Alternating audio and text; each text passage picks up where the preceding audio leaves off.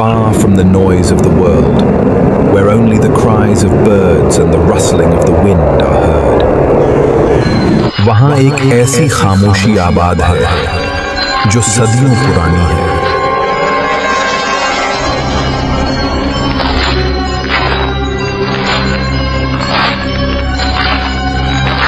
मेरा नाम आयान है। मैं यहाँ कोई कहानी ढूंढने नहीं आया, बल्कि अपनी ही जिंदगी के एक गुमशुदा सफ़े को मुकम्मल करने आया हूँ।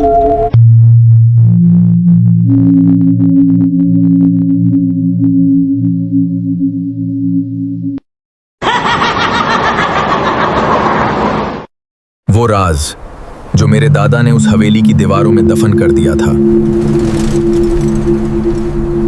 ये चाबी मेरे दादा ने मुझे आखिरी बार मिलने पर दी थी। उन्होंने कहा था कि जब वक्त आएगा ये खुद तुम्हें रास्ता दिखाएगी। लेकिन जैसे ही ये गेट खुला, मुझे लगा जैसे मैं किसी दूसरी दुनिया में कदम रख रहा था। हर कदम पर धूल उड़ रही थी, लेकिन जैसे ही मैंने आईने पर रोशनी डाली, मेरा दिल एक पल के लिए धड़कना भूल गया। आईने में मेरा अक्स तो था।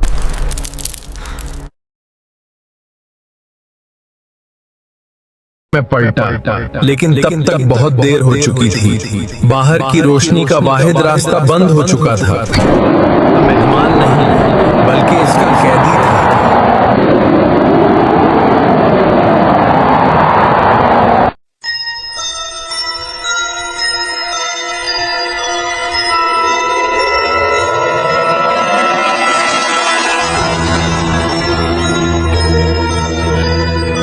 दरवाजा बंद होने के बाद हवेली की फिजा बदल गई। अब यहाँ सिर्फ सुनाटा नहीं था, बल्कि एक अजीब सा दबाव था, जैसे दीवारें मुझे घूर रही हों।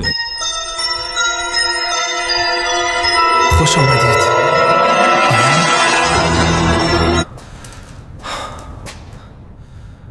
मैं अकेला नहीं हूँ। मैं ये महसूस कर सकता हूँ कोई है जो मेरे हर कदम पे नजर रखे हुए है। मगर वो कौन है?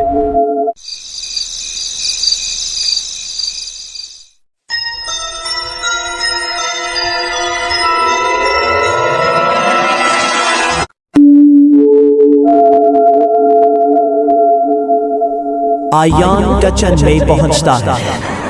वहां एक पुरानी दीवार घड़ी अचानक टक टक करना शुरू कर देती है, जो पहले साफ थी।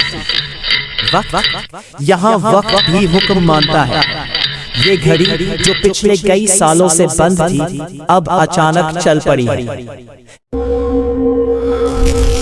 अचानक किचन की लाइट जलती बुझती है। आयान घबराकर पीछे देखता है। एक साया खिड़की से गुजरता है। आयान की सांसें तेज हो रही है। कौन है? कौन है वहाँ? मैं जानता हूँ तुम यही।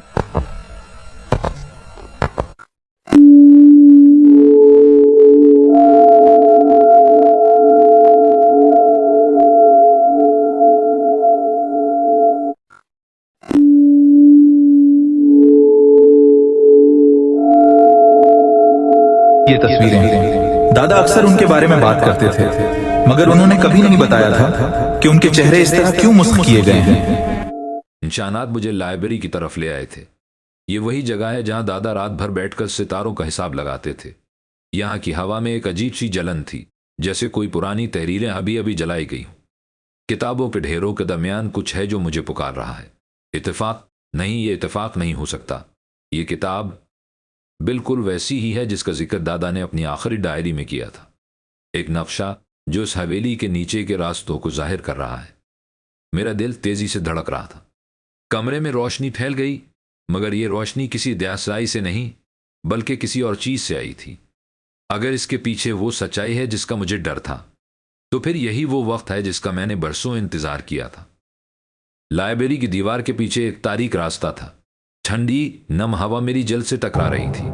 मैं नीचे जा रहा था, जमीन की गहराइयों में, जहां रोशनी का नामो निशान न था। ये पत्थर, ये ठंडे नहीं थे।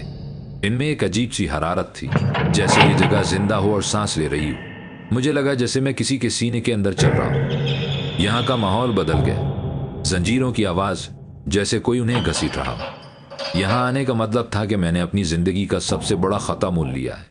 कार्ड नहीं, अभी नहीं। मेरी आंखें अंधेरे की आदी हो रही थीं, और तभी मुझे एहसास हुआ कि मैं यहाँ अकेला नहीं हूं। मेरे साथ कोई और भी सांस ले रहा है। आयान, आयान, तुम यहाँ क्यों आए? सांसें फूल रही हैं। अंधेरा इतना गहरा था कि मैं अपने हाथ तक नहीं देख सकता था। तभी फर्श पर बना वो दायरा नीली रोशनी से चमकने लगा।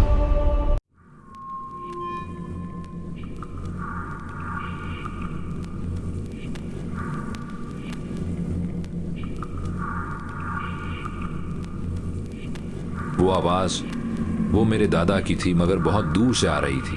मैंने सामने देखा तो वो साया अब धुंधला नहीं था, बल्कि एक शक्ल इख्तियार कर चुका था।